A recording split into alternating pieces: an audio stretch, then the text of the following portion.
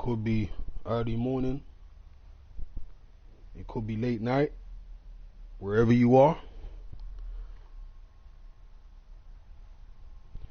I've been a little bit behind on some of the fights recently. The Garcia fight, the Quigg fight, I was a little bit behind on those. I still ain't managed to watch them actually. I did download them, but I haven't managed to watch them. So, forgive me. What are we talking about this morning?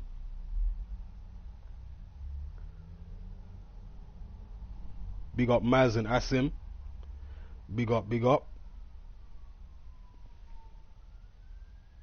Yes, big up Mo. Shout out to Sam.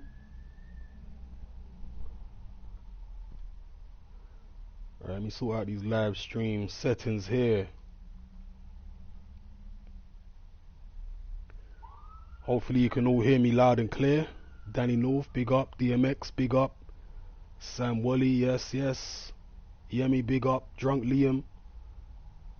YouTube Media Storage. Mo, same. Tommy King.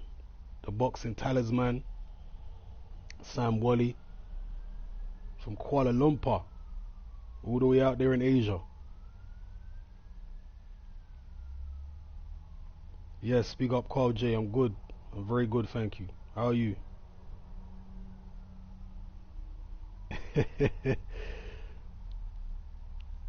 Fat Gamer Dad, what's good?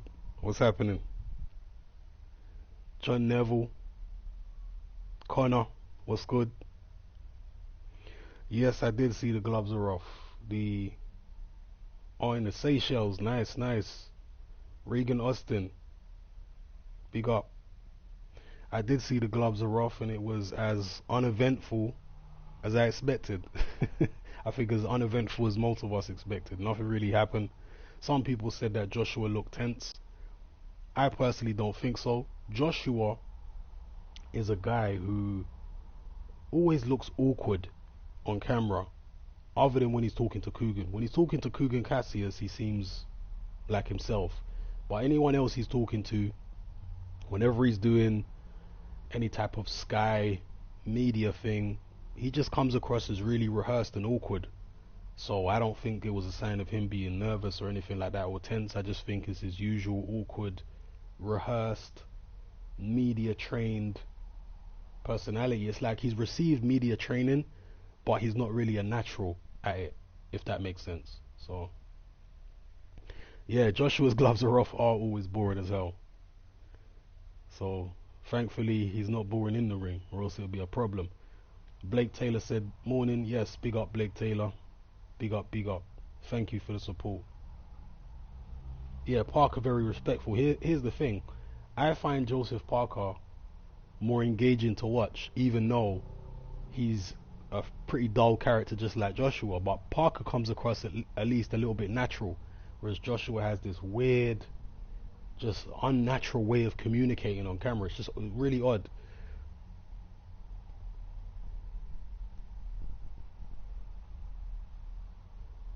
Denny McLean said, I watched 10 minutes of the gloves are off snooze fest. Yeah, it was.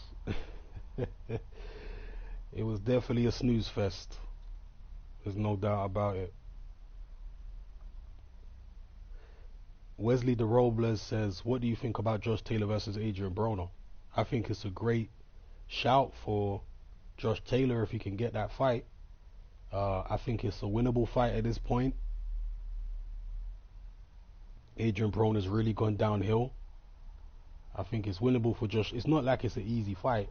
Don't get that twisted. It's not an easy fight. The guys who are beating Broner, they've been elite level guys. So it won't be an easy fight at all, but I think it's winnable for Josh Taylor.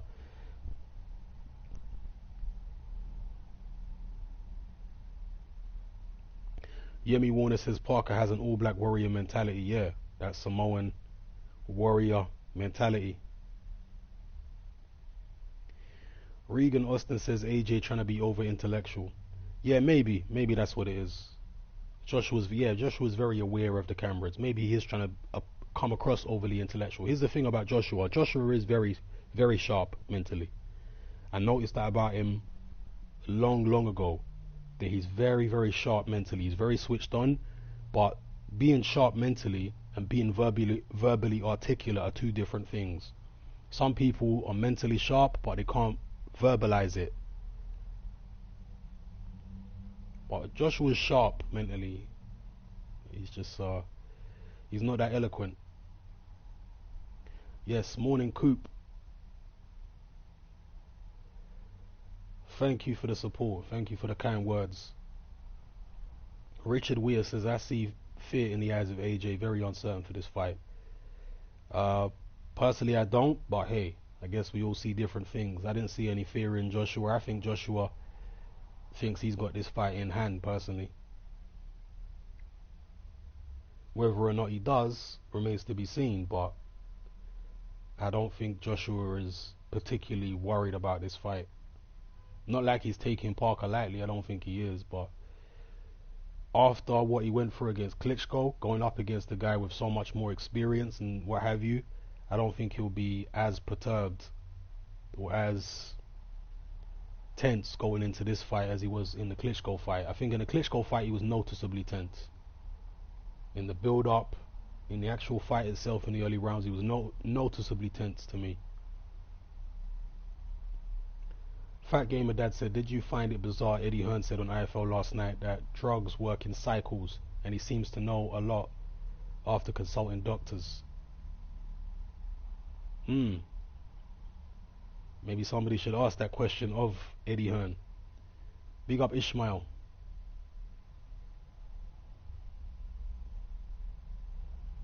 Okay, Ishmael thinks Joshua's feeling the pressure more for this one than the Vlad one.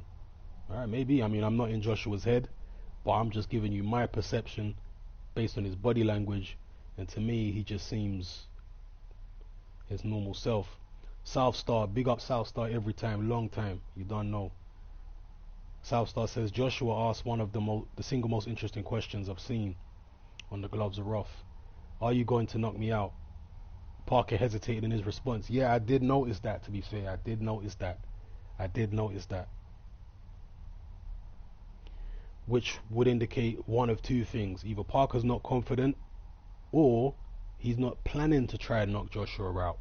And interestingly enough, his promoter in the United States, Bob Arum, when he was asked about what's going to happen in Joshua Parker, and he was also asked about what would happen in Parker versus Wilder, he is picking his guy Parker to win on points in both instances. So either that means Parker and Bob Arum don't believe in Parker's power, or they're not even going to try and go for a knockout. It's just a points victory that they're targeting. So yeah, big up everyone in the chat.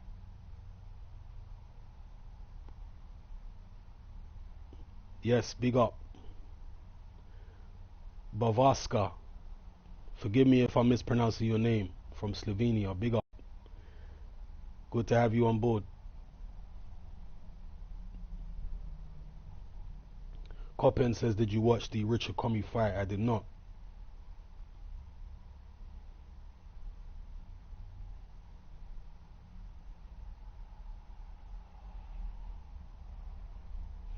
Jar T says Joshua is the same in this Gloves Are Off as he's been in others. He's given away nothing. That's my perception of it too. That's what I see with Joshua. To me, it just seems the same as always.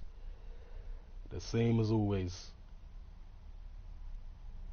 Sam Wally says, I think Parker's team are bluffing with the knockout talk. They'll fight long and go for a very late stoppage or points when AJ gasses. Perhaps. Alright, 1 second, people. Give me 1 sec. I'll get to your comments in just a second. Sorting something out here.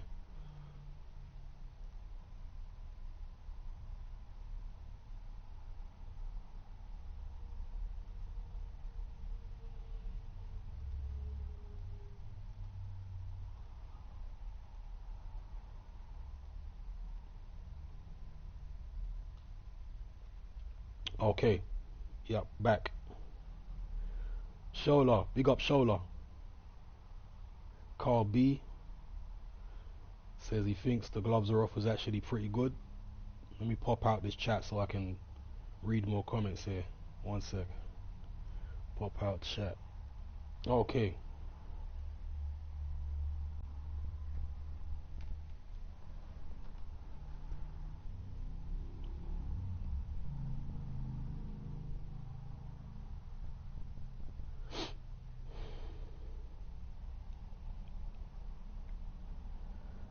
All right. Let's see some of these. Hagler, intellectual, laughing, streetwise, but intellectual. Yeah, yeah. Joshua's streetwise. He's street savvy. He has that kind of street savviness to him. That's what I mean by mentally sharp. He's switched on. Like in the way that Peter Fury, for example. Peter Fury is not somebody with an Oxford education, but you'd find it very difficult scamming Peter Fury or ripping him off. He's got life experience, he's got that street smarts about him. So even though he's not an academic or anything, in the school of life, he's got a first class degree. Do you understand what I'm saying? I'm not saying Joshua is as smart as Peter Fury necessarily, but he's cut from the same kind of cloth mentally. He's sharp, he's switched on. He knows what's going on.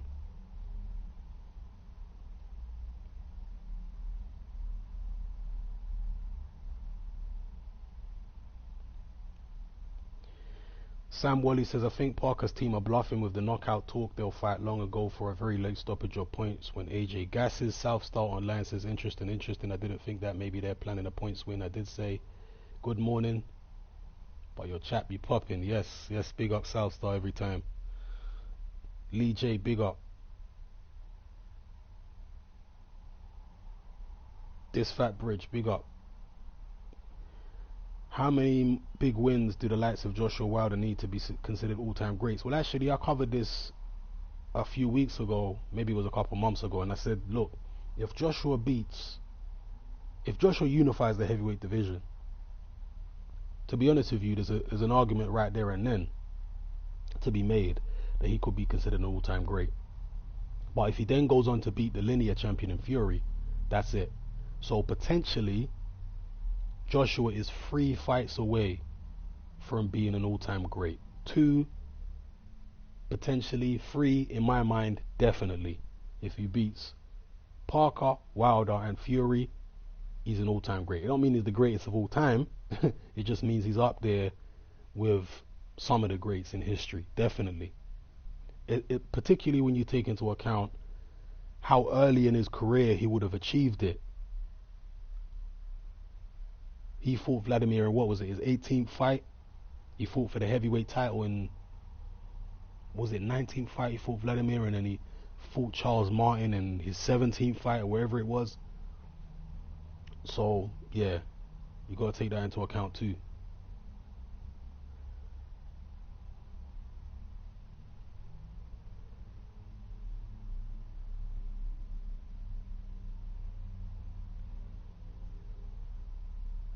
Tommy Temper says, hey Hatman, if Parker can weather an early storm, he may be able to stop or get a points decision. Yeah. Parker is tremendously fast in terms of his hand speed. And if I personally think Parker should try and box early and try and get some rounds under the belt and frustrate Joshua early. That's what you should try to do. If he's going to win the fight, he needs to frustrate Joshua early, get Joshua in the same kind of place that he was in the mid to late rounds against Takam, where he's looking plodding and slow, and then Parker, having kept plenty of energy in the tank by boxing conservatively early, should try and open up on Joshua when he can late in the fight, when Joshua's more stationary, because Parker's got very quick hands, but in order for him to get those combinations off, he needs an opponent to be relatively stationary. If you saw him open up against Carlos Takam in the middle rounds of that fight, incredible. So the more stationary Joshua is, the better.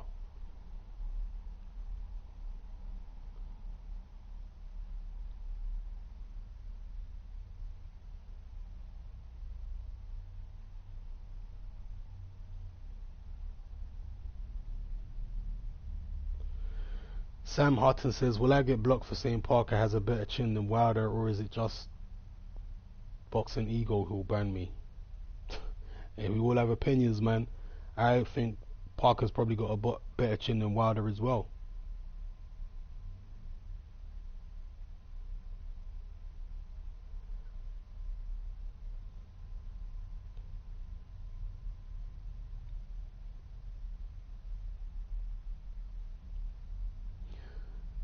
Big up EJ. Big up EJ every time. EJ Boxing Live in the house. Big up, bro. Big up, big up, big up. And as always, apologies if I can't get to everybody's comments, because there are a lot of comments coming through.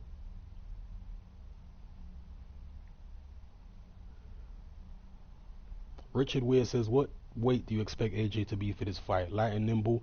Well, in his training footage, he's been looking light. So, I don't want to see him any heavier than maybe 248. Preferably 245. Indeed, as EJ pointed out, AJ's punches are not fake. So you can say what you like about the man in terms of his personality, but when he punches you in the face, there's nothing fake about it. It's very real. All too real.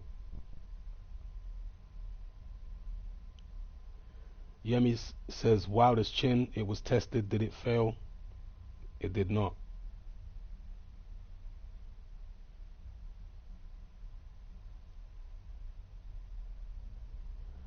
David Russ says, no way Brook fights Charlo, right? Charlo stops Brook at 154. Yeah, I think Charlo beats Brook. I think so. And I don't think Brook is going to take the Charlo fight anytime soon. I don't think Eddie Hearn will steer him in that direction, for one. James Gunn says Parker can stop Joshua. It's a big mistake for Joshua to play into his own hands, losing weight and all that crap. AJ needs to be very careful, or else it's good night, AJ. I mean, both guys need to be careful. This is a good fight. This is a unification. So, Body Snatcher says, what are you basing your chin opinion on? What makes you think Parker has a better chin than Wilder?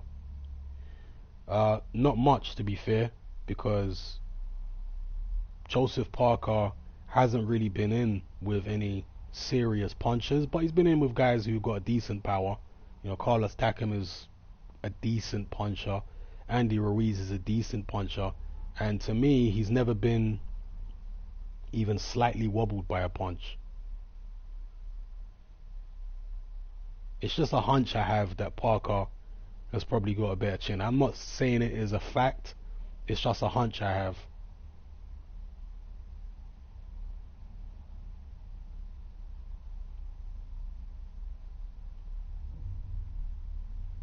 Coppin09 says, what's your thoughts on Fraser Clark? Is Fraser Clark going to turn professional? Fraser Clark is a tough guy, but in all his amateur fights that I've watched, there's nothing particularly impressive that I've seen. Maybe I'm missing something with Fraser Clark, but Alright, there's somebody here who wants to join the block party because he's only turned up to troll. So let me give him what he wants here. Let me give him what he wants here.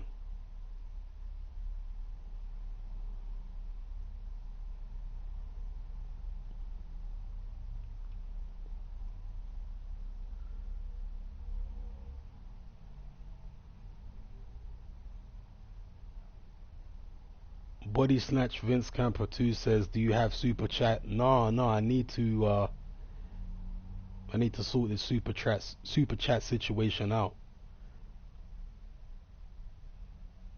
Everybody keeps talking to me about super chat, but yeah, I ain't even activated it on my account yet, so I'll get to that. But big up Body Snatcher. Jake Price says, Hatman, did you ever box? Yes, I did. At super heavyweight for many years. I started boxing from when I was about 12 years old and boxed into my 20s, on and off.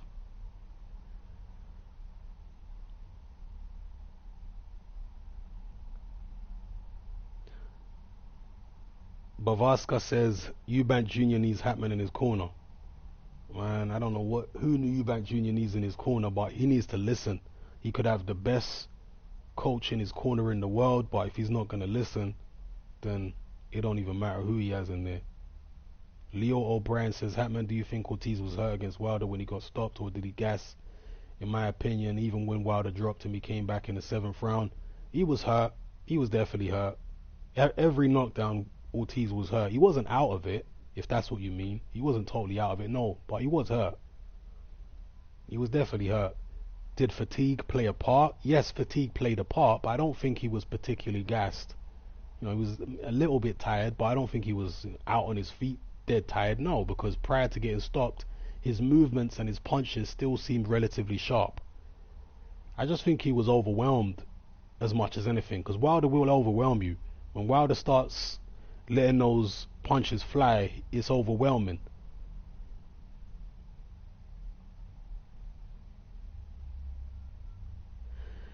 Coppen says, any confirmation on O'Hara's trainer? Not as far as I know, and that's something that I need to follow up actually with O'Hara, see if he can give me any info on that, because I'm interested to see who may be training O'Hara Davis. Fat Gamer Dad says, can you see White or Brown going the WBA regular Mamgo Cha route to entice the undisputed champ, whoever that may be? Potentially, but I suspect that they would both rather go for one of the major champions. Wilder, if Dylan White beats Brown, I think he's going to go for Wilder, because White is #1 in the WBC rankings. So I think he'll probably go for Wilder.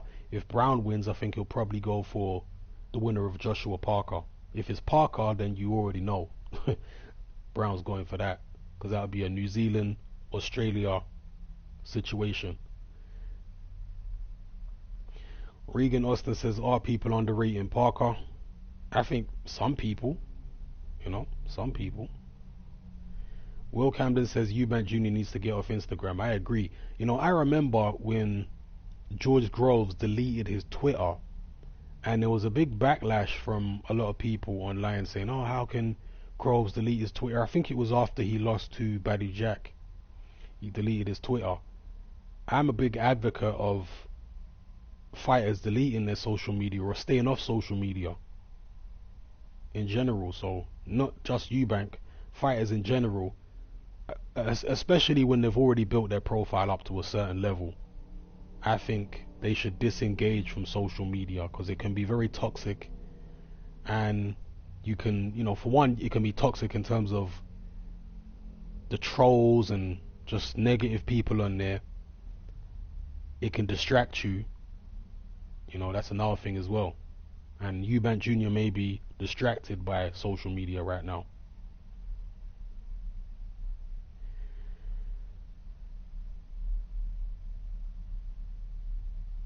Adeji says, why are people starting to enjoy defensive boxing now than in the past era?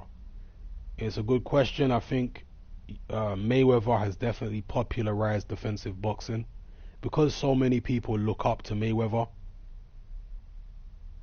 and Andre Ward came after that, obviously, and we've had Bernard Hopkins in the same era, and these guys were successful. So I think a lot of fighters started looking up to them, and a lot of fans of theirs have popularized this defensive boxing style.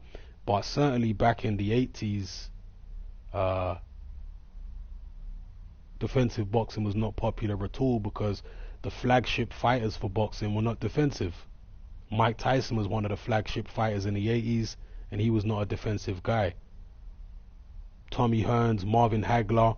I mean, Sugar Ray Leonard boxed a few stick and move type fights, but Sugar Ray Leonard would still let his hands go, and he would still stop people. So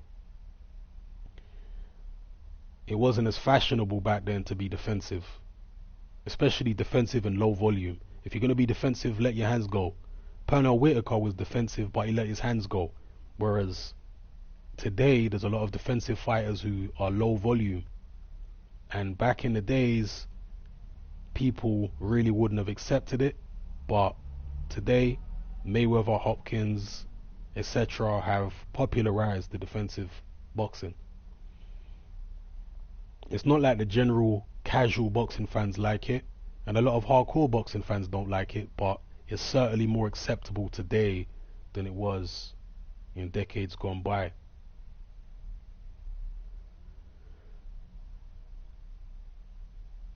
Jake Jones says, who punches harder, Brown or Joshua? Well, at the risk of being ridiculed here and sounding very controversial, I think Lucas Brown might actually hit harder, punch for punch, than Joshua. I think he may be a naturally harder puncher than Anthony Joshua. Leo O'Brien says, Hatman, who do you have between Usyk or Gassiev? I personally think I'm leaning towards Usyk in the fight. Even though I wasn't impressed with how he looked against Bradis, I'm still leaning towards him. Body Snatcher said, let's remember Wilder was sick during the Ortiz fight. He gassed as well. And if nothing else, Wilder never gasses, and he wasn't at full power when he hit Ortiz. That was a huge factor for both guys. Wilder was also in there against a southpaw, and I think when he fights an orthodox guy again, you'll see a lot more of Wilder's skill set. You didn't see much of Wilder's jab against the southpaw, because a lot of orthodox fighters don't jab much when they fight southpaws because the two lead hands clash. Now southpaws are used to the lead hands clashing because most opponents of southpaws are orthodox fighters, so they get used to it. Whereas for orthodox guys, they don't generally fight that many southpaws or spar that many southpaws, so it can often seem awkward to them to actually land their own jab. So a lot of orthodox guys, when they fight southpaws, they just concentrate on landing a straight right hand and dispense with the jab altogether, and that's pretty much what Wilder did. And he did the same against Spilka. There was very little of the Wilder jab, but I think when you see Wilder in there against an orthodox guy, especially a guy who's shorter than him, you'll see the jab a lot.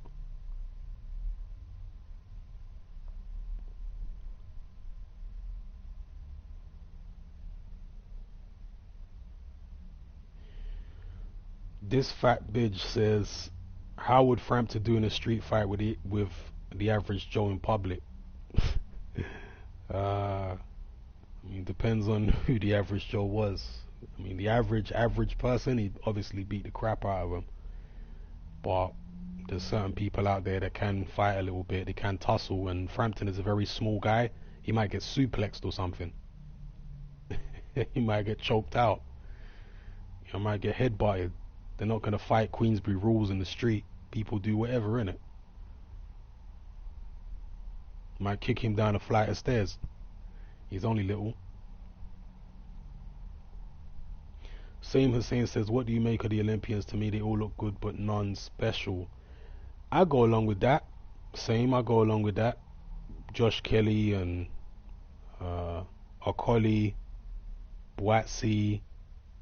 Yeah, I go along with that. They look good, but nothing special so far. Yeah, there's nobody that just stands out as an obvious world champion right now. Big up Devon Sinclair every time.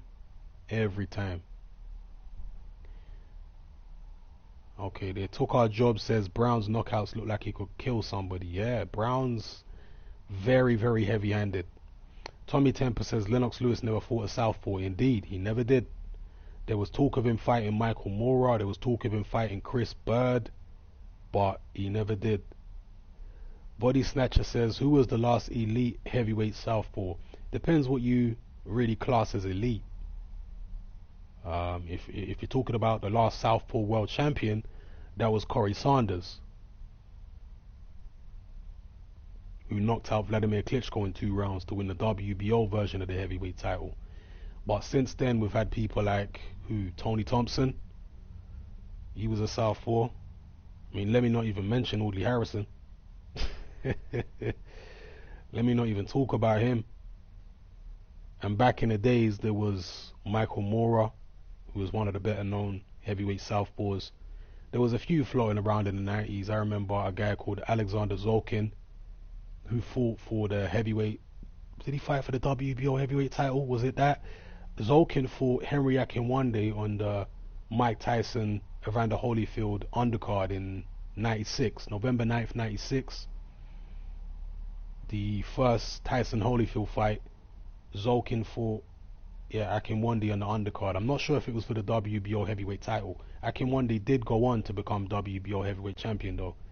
But yeah, Zolkin was a southpaw. There was another guy in the 90s called Joe Hip, who was a Native American. He fought Tommy Morrison. So there hasn't been that many southpaws in heavyweight boxing over the years, but there's been a few.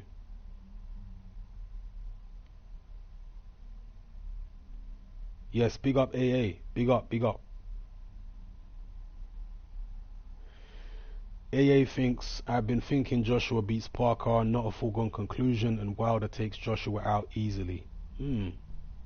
Interesting. I personally don't think Wilder will take Joshua out easily. I think that's going to be a long fight. It's going to be a chess match, and it's going to be a tense affair. I think Joshua versus Wilder could be a bit of an anticlimax, to be honest. I think it could be an anticlimax. I think both guys will be very wary of the other one's punching power.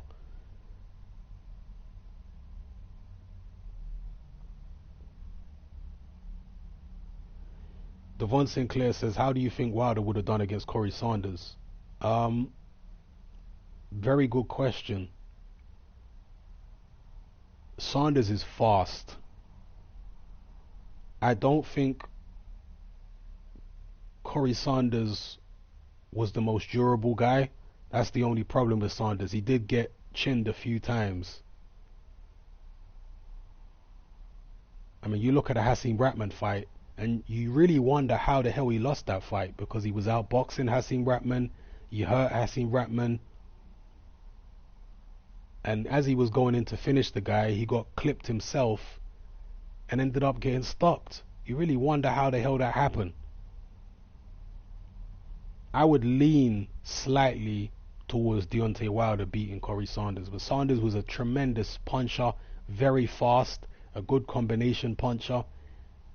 But other than the Vladimir Klitschko fight, every time Sanders stepped up, he lost.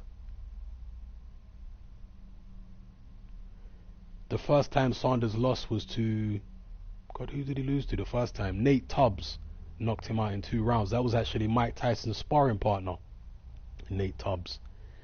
He knocked Sanders out in 2. And then he lost to a bunch of other people by the end. He obviously lost to Vitali. He lost to Hasim Ratman and a few other people towards the end of his career. Chris Bird, yes, of course, Chris Bird was a southpaw. I think, did I mention Chris Bird? I think I mentioned Chris Bird. He beat Vitaly Klitschko, fought Vladimir twice, beat David Tua. They took our job, says Lucas Brown gets right to one side of his opponents when they're hurt and really lets them have it. Go check the playlist for his KOs. They're brutal. Yeah, he's a tremendous puncher, Lucas Brown. He's got natural power. Very, very heavy-handed guy. David Russ says, what's your opinion on Joe Joyce? I personally think he's poor and is nowhere near world level. A stoppage waiting to happen. David Russ, I can understand where you're coming from. At first glance, Joe Joyce looks horribly novice-like. Just clunky, slow. Oh my gosh, body snatcher. You're completely correct. You said, I thought Charles Martin was the last southpaw heavyweight champion. You are indeed correct. But I guess Charles Martin was so forgettable that I literally forgot he even existed. Yeah, Charles Martin was the last southpaw heavyweight champion, indeed. I stand corrected. How could I forget him? Charles Martin. Oh gosh. Yeah, well, he was only champion for 1 fight. Then again, so was Corey Sanders, but the win that Corey Sanders had over Klitschko was memorable, obviously. Charles Martin won his IBF title by default when his opponent hurt their knee. So I guess that's why I forgot. But yeah, Charles Martin, how could I forget? But getting back to what David Russ said, Joe Joyce looks clunky, he looks slow, he looks novice-y, but if you look at his amateur record, he fought at elite level for years and he was successful at elite level. He also fought in the World Series of Boxing against elite fighters. I think Joe Joyce is very tough. That's what I'll tell you. He's effective and he's very, very tough. So in terms of a stoppage waiting to happen, I think it's not going to be easy to stop Joe Joyce. Based on what I've seen of him. I saw the beating that Alexander Usyk put on him. He's sparred hundreds and hundreds of rounds with Anthony Joshua. And he has a reputation, both in the gyms and from his amateur bouts, of being very tough. They used to call him the Iron Giant in the amateurs because they said his chin was so good. So I think Joyce can beat the likes of Derek Chisora right now, and domestically he's going to be one of the best. But in terms of world level, I mean, I don't expect him to be at world level now because he's only had 2 fights. Jake Jones says, if you had the choice, who would you sign for, Warren or Hearn? Definitely 1,000,000% Eddie Hearn. Definitely not Frank Warren.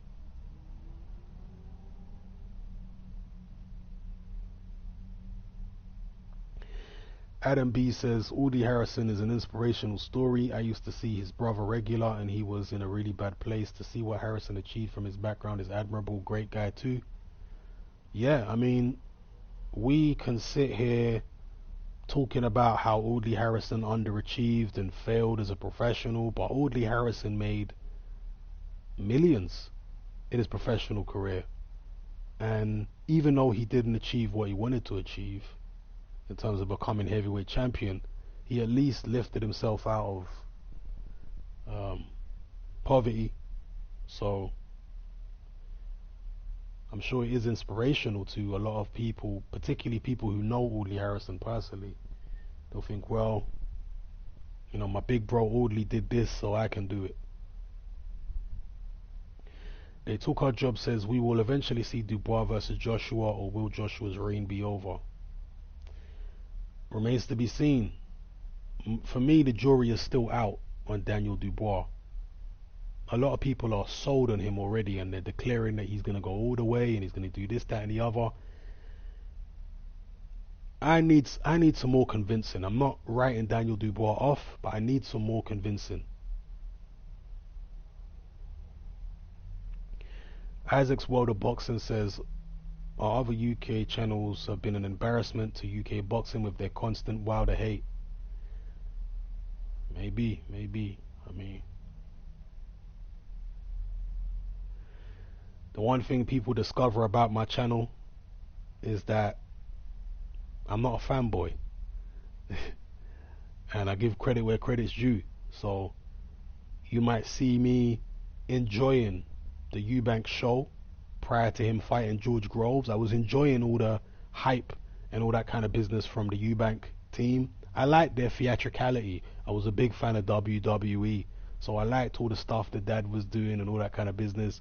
And I've spoken to the Eubanks behind the scenes, okay? But that was never going to stop me telling the truth about Eubank Jr. and being very harsh in my criticism. Not even harsh but fair in my view. So there's nobody off limits when it comes to criticism, and there's nobody off limits when it comes to praise. Vladimir Klitschko was somebody who I used to criticize heavily, but when it came to the Pulev fight, I praised him. When it came to his performance against Joshua, I praised him. I give credit where credit's due, regardless. And there are some fighters who I might like in terms of their personality, but that don't mean I won't criticize their performances. That don't mean I'm going to overrate them as fighters just because I like their personality, and vice versa. There may be certain fighters who I can't stand in terms of their personality, but that don't mean that I'm not going to give them credit where it's due in terms of their ability and what they achieve in the ring. So I'm definitely separating all that stuff and being as objective as possible.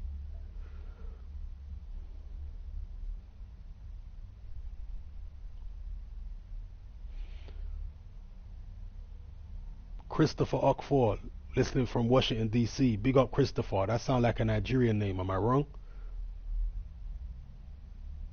Okafor. Is that Nigerian?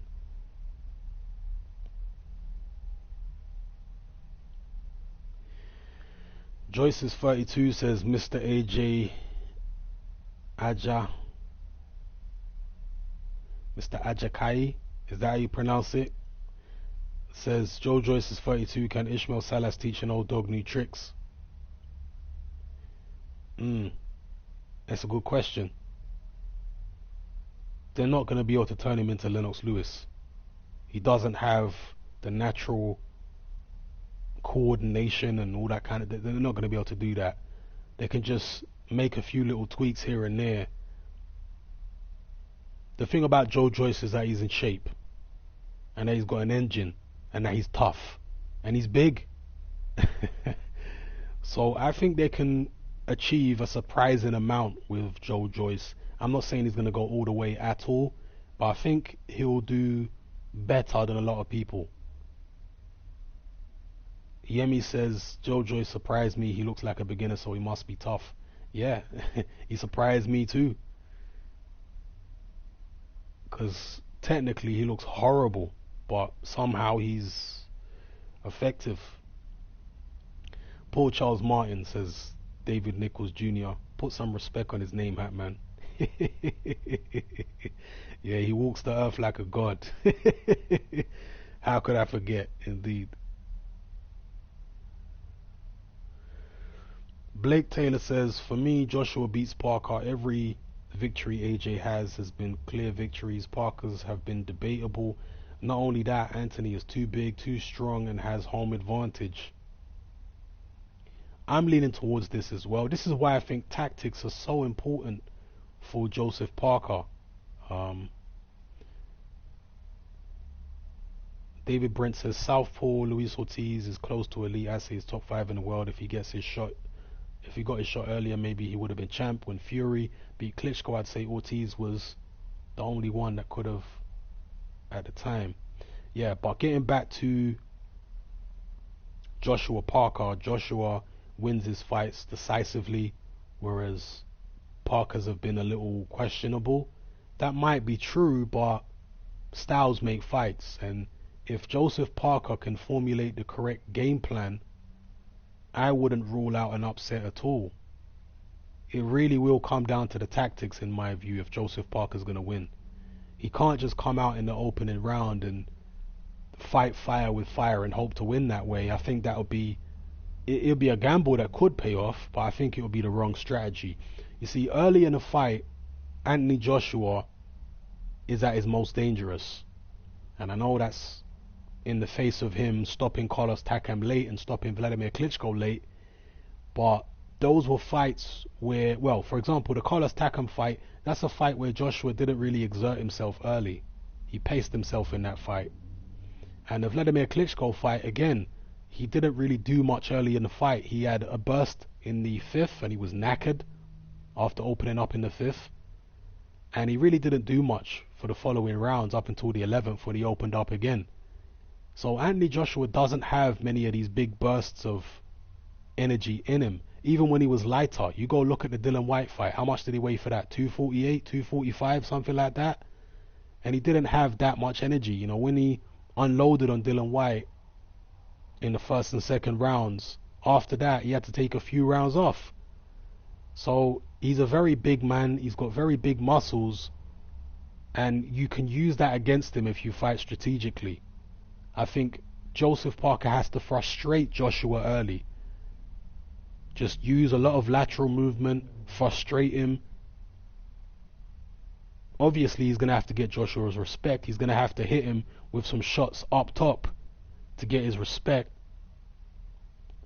But from a tactical point of view, I think he's got to do something similar to what Murat Gassiev did against Junior Dorticus, is box conservatively early and try and get Joshua to overextend himself early and deplete his energy early in the fight, and then late in the fight open up on Joshua when Joshua becomes more stationary, because you saw in the Takam fight Joshua was more stationary late in the fight. Open up on him then, because Joseph Parker, when he has a stationary target in front of him, is tremendously fast. I mean, just incredible hand speed for a guy of his size when he unloads. Look at the Takam fight when he unloaded on Takam. You won't find a big man 6'4" and above with hand speed like that. So Parker has to use what he has very strategically. Don't get involved early is what I would say. Joshua also blocks punches quite well on his arms. You know, when he puts that guard up, he's got these big, strong, solid arms, and it can be difficult to penetrate his guard. So I think he needs to invest in the body, move around, don't worry about getting caught up in some kind of macho who's tougher than who hits harder than who dogfight with Joshua. Just be very cool and strategic. PC Beast Nvidia says, hey Hatman, when will you play Outlast 2? I haven't heard a lot of good things about Outlast 2, to be honest. I haven't heard a lot of good things about it. I mean, I'm not going to count it out, but I haven't heard too many good things about it. It definitely wasn't as well received as the first Outlast. S54 Boy says, yes Hatman, I caught you live for once. Alright, I'm going to have to skip some of these comments. Apologies people, because there's just too many comments for me to answer them all.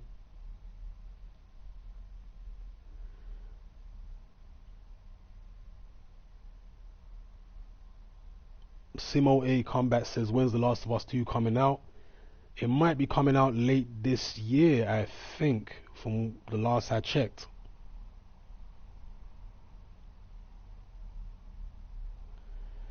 Blake Taylor says, do you think Parker could have taken Vladimir's right hand in the AJ knockdown? A good question. I mean, we won't know until he gets hit with something like that, but I don't think he could have taken it without being seriously hurt. Because that was a tremendous punch. Let's not even get that confused for a second. That was a tremendous punch. I don't think there are many heavyweights who could have taken that shot and stayed on their feet. Because you have to remember, it's not just the fact that Joshua took the punch. He took it on the temple.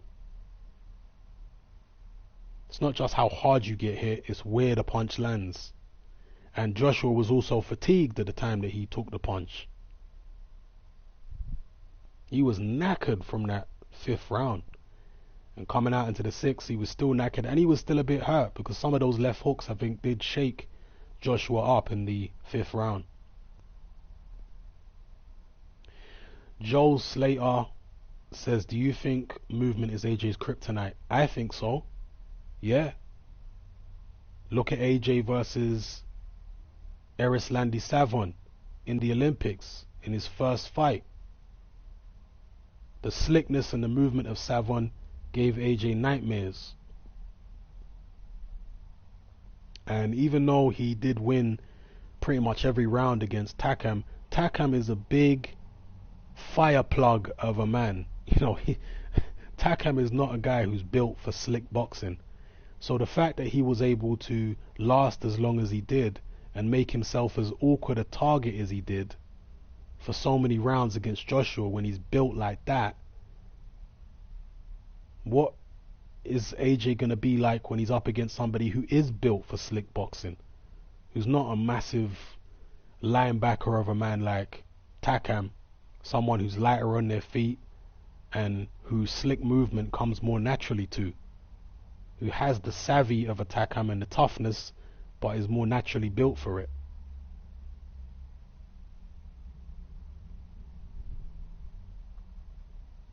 David Brent says, I can see Joshua unloading on Parker like versus Vlad, except I see Parker surviving the storm and taking out a gassed Joshua. Yeah, I think that Joshua is going to be a lot more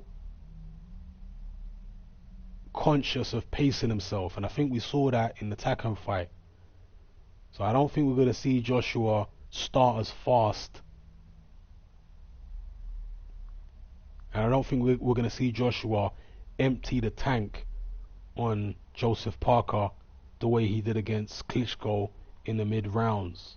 I think one of the reasons that he emptied the tank against Klitschko is because he was getting outboxed, or he felt as though he was getting outboxed. I thought he was getting outboxed. And so in the 5th round when he came out and started fast, I think his corner probably told him, or maybe he just thought in his head, I need to, stamp my authority on the fight. So I'm going to need to gamble here. And he did gamble and it paid off. Well, in the short term anyway, he dropped Klitschko, but then Klitschko got up and Joshua was spent. He was knackered. So I think Joshua don't want to be in that situation again. Joshua is a warrior, and I think this is something that he don't get enough credit for. Joshua's got a tremendous heart. He is just a pure fighter in his instincts. But he's also a thinking man, and he don't want to be in the same position that he was in against Klitschko, where he could have got taken out very easily. He was just a punch or two from getting taken out. He don't want to put himself back in that position, so I think we're going to see him a lot more circumspect for his next few fights. He's going to pace himself and be mindful of pacing himself, I think. Muhammad Ahmed says, if a boxing game comes out, will you review it? If I like it, personally, Joe Slater or Slatter, sorry for getting your name wrong, I take it as Slatter rather than Slater. Yeah, personally, I was never a fan of the Fight Night series. To me, the characters in Fight Night just move way too robotically.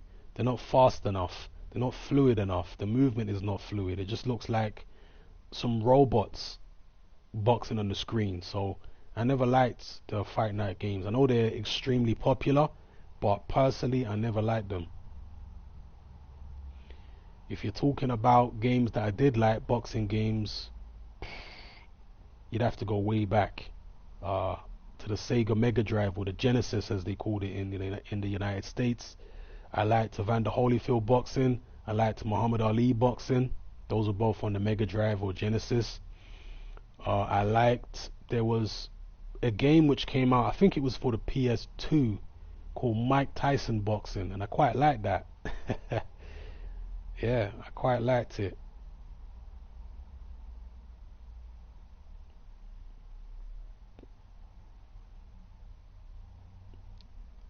Alright, Nicholas says, do you think Rigondeaux will be back in the ring?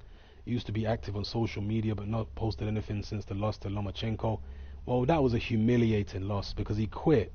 He quit against Lomachenko, so it's going to take a while for his ego to heal, I think.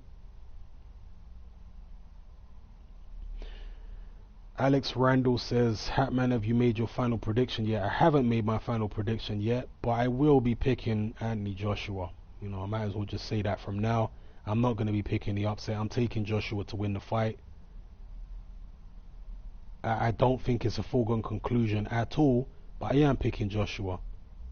I think one of the reasons I'm picking Joshua is because I looked at Joseph Parker against Kojanu, his sparring partner Kojanu, who's a very big man, and he really wasn't able to put a dent in Kojanu, and he boxed on the back foot against Kojanu. I'm expecting Parker to box similar tactics against Joshua to the ones he employed to the tactics he employed against Kojanu. And Kojanu is a very slow guy, so I think Joshua's going to do it, but I don't necessarily think it's going to be easy, and an upset wouldn't shock me, but I'll be picking Joshua for sure. David Brent says, true Hatman, but he was gassing versus Takam too, even without unloading, but coming in lighter could improve his stamina, but could also make him less durable. I don't think coming in lighter will make him less durable if he's lost the weight the right way. I don't think it'll make him less durable at all. And he was gassing against Takam, and this is the thing, this is why I'm telling you that I think Joshua is going to try and pace himself, because Joshua, with the kind of physique he has, he's never going to have great stamina. He's a very big man anyway, and these big heavyweight, you look at Lennox Lewis, right? Lennox Lewis against Shannon Briggs. Lewis looked dead tired after a couple of rounds of slugging it out with Shannon Briggs. He looked slow as molasses in that fight.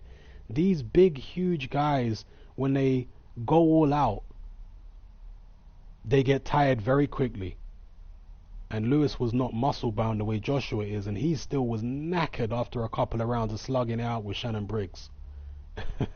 He could barely lift his arms. So these big men get tired, and because of that, I think Joshua's going to be careful not to empty the tank against Joseph Parker, especially not early in the fight. Unless he hurts Parker and drops him or something, then I think he'll be cautious about emptying the tank. Zeus Charles says there needs to be a new boxing game. There's a massive gap in the market. Yeah, people do say this. Leo O'Brien says, Hatman, do you think that Luis Ortiz 10 years ago would have beaten the likes of Samuel Peter, Oleg Meskayev? Yes, I do. I think he would have beaten all them guys. I do. David Brent says they desperately need a new Fight Night boxing game for Xbox PS4, but there's never any news. What's going on? It is pretty inexplicable. I don't understand it. You would have imagined that these video game companies would be taking advantage of the boxing boom.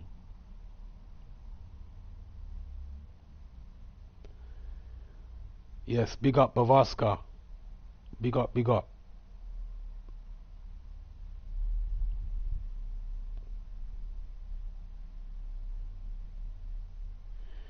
Ishmael says he was gassed in the Takam fight, but the broken nose may have played a part. Makes it harder to breathe. Indeed. Indeed, indeed, indeed.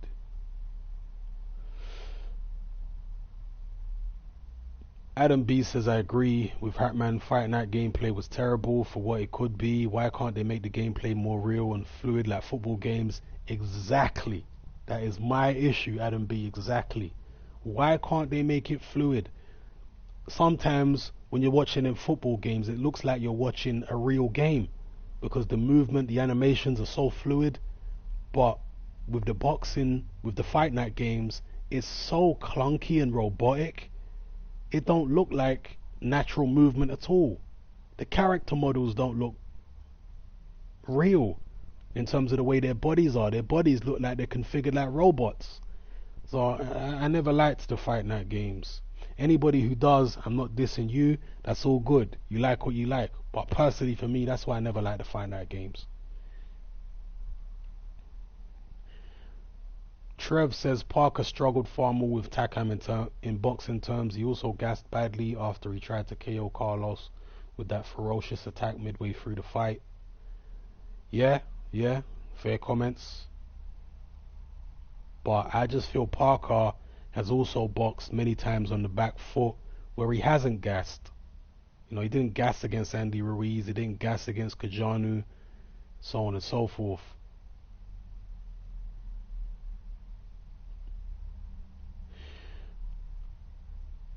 Hatman, what's going on with Pulev? He seems to have gone. I think Pulev might be having some issues with his promoter, the Sauerlands. That's just a hunch. I don't know that for sure, but my hunch tells me that Pulev has got some promotional issues. He's been kind of at loggerheads with the Sauerlands for a while now, so I wouldn't be surprised if that's why. And the Sauerlands tried to push Pulev into the Joshua fight when Pulev really didn't want the Joshua fight at the time. He said he wanted more time to prepare, whereas the Sauerlands seemed to really push him into it. So I suspect that he's got some type of issue behind the scenes with the Sauerlands.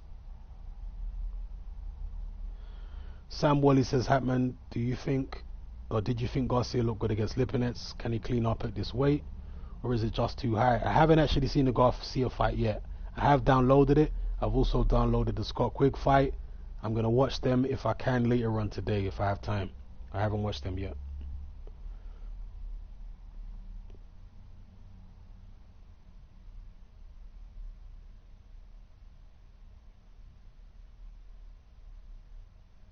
Alright, 1 or 2 more questions and I got to bounce, people, but thank everybody for joining this stream and participating.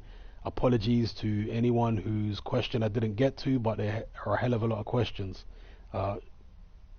Shaka G says, does Joshua beat Frank Bruno? I would put my house on Joshua beating Frank Bruno.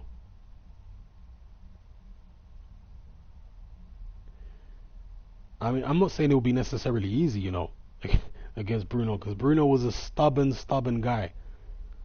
But I do think Joshua would have beaten him. Yes, I think Joshua is too much of a natural fighter. And, I mean, Frank Bruno obviously is nowhere near as good as Vladimir Klitschko. Even a Klitschko at 41. And Joshua managed to scrape through against Klitschko. So, yeah, I'd definitely pick AJ to beat Bruno 100%.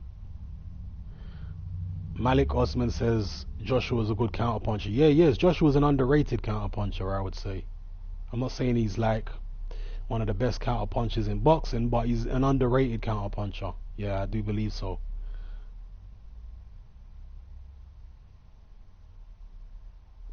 Same Hussein says Frank Warren has had a terrible year so far. Even the Frampton and Selby fights, no one really cares. Have to big up Hearn. Hearn is the man right now. He is the man. And you wonder how he's managed to do what he's done, because he's now crossing the Atlantic and setting up shop in the United States too, and he's causing a stir over there as well. So Senso G says, does Joshua beat Lewis? Right now I would say no, but we don't know how good Joshua is going to become.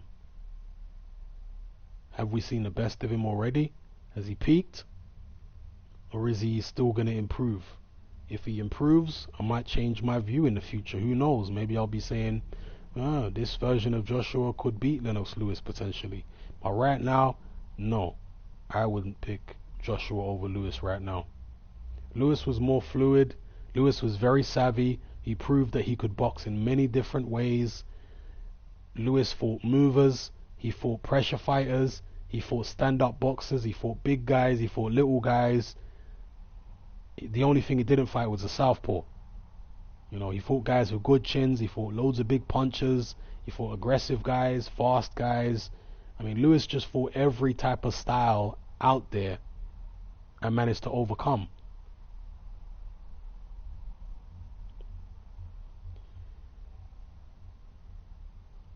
Ayo says, is it possible that AJ is negatively affected by the weight loss? Not if he's lost the weight in the right way. You see, when people are affected by weight loss, it's when they dramatically cut calories, usually to get down to a certain weight.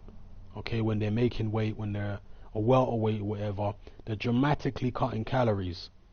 When you dramatically cut calories, it can take a lot out of you in terms of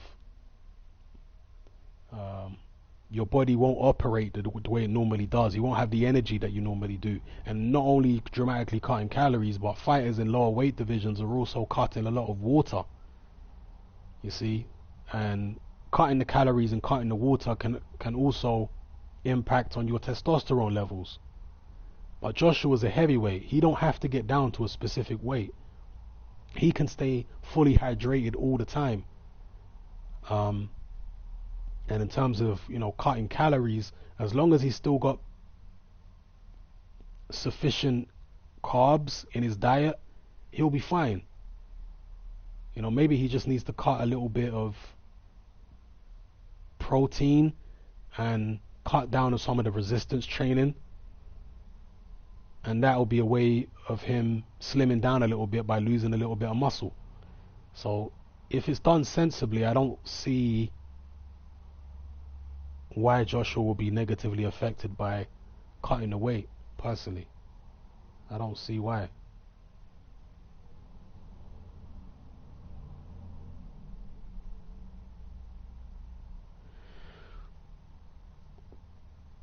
For Fox, Aikman says, do you think people are overlooking the fact that Errol Spence was out boxing Brook and getting to him later anyway, rather than it just being an eye injury? Well, I don't necessarily think that Errol Spence was out boxing Kell Brook. I think Brook was winning the early rounds, but I think Errol Spence was investing in the body. I've watched that fight many times, and you go look at those early rounds, even from the first round, Errol Spence is constantly digging to Kell Brook's body. I don't know how this has passed so many people by, but he's constantly digging to Kell Brook's body, and as the rounds go on, Brook becomes more stationary because Errol Spence is hitting him in the body. And when he becomes more stationary, that is when Spence is able to land the punches which fracture Kell Brook's eye socket. So people just saying it was a freak injury and that's the only reason Errol Spence won, I totally disagree. I think Errol Spence was getting to Brook with the body punches.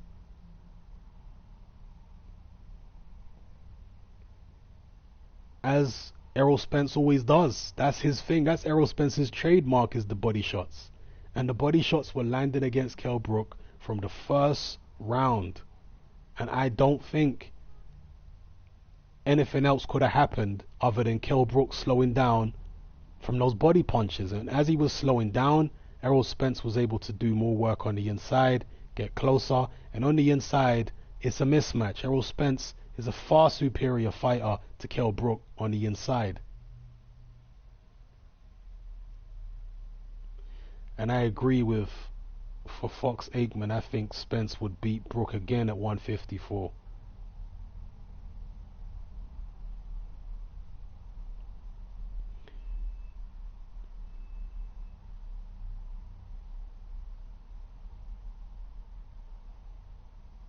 Iryed says, I honestly think a lot of boxing fans are influenced by the commentary, especially Frotch.